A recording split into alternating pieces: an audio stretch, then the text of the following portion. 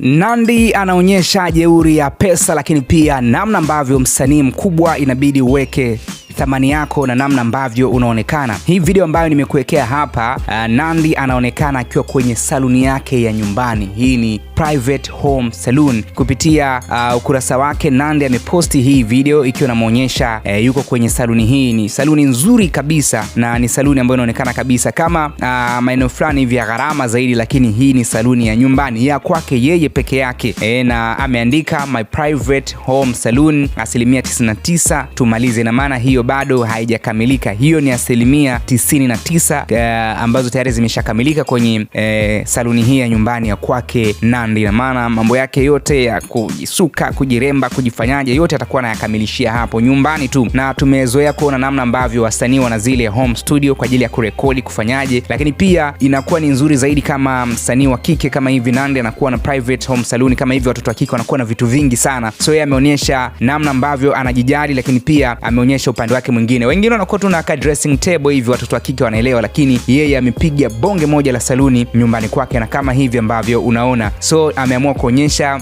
namna ambavyo anawekeza tu kwenye muziki wake, lakini pia anajiwekezea yeye mwenyewe, lakini pia tunasema hii ni jeuri ya fedha kuwa na saluni fulani nzuri kama hii nyumbani, kitu kizuri. Lakini pia pale ambapo uko na kitu basi onyesha kujijali, ndio kitu ambacho amekionyesha Nandy. Tumezoea kuona namna ambavyo wasanii mbalimbali wanashare wakiwa na sehemu za kuweka nguo kama mall, kama duka fulani la nguo. Tuliona Chris Brown akishare, lakini pia tumeshaona wasanii wengi sana wakishare tu maeneo yao ya kuweka nguo ni noma, yani kama duka. Lakini pia Diamond Platnumz tunafahamu nyumbani kwake kuna shelfu fulani hivi la kuweka viatu, limejaa viatu vingi sana mpaka unajiuliza anavaa saa ngapi vyote, yani viatu vingi sana kama duka, yani so mchezo. Kwa hiyo kitu ambacho anakifanya Nandy ni kitu fulani ambacho kina set standard yake yeye kama msanii. Maoni yako ni yapi? Aweke hapa kwenye uwanja wa comment. Usisahau kusubscribe, bonyeza alama ya kengele uwe wa kwanza kupata taarifa zetu mbalimbali.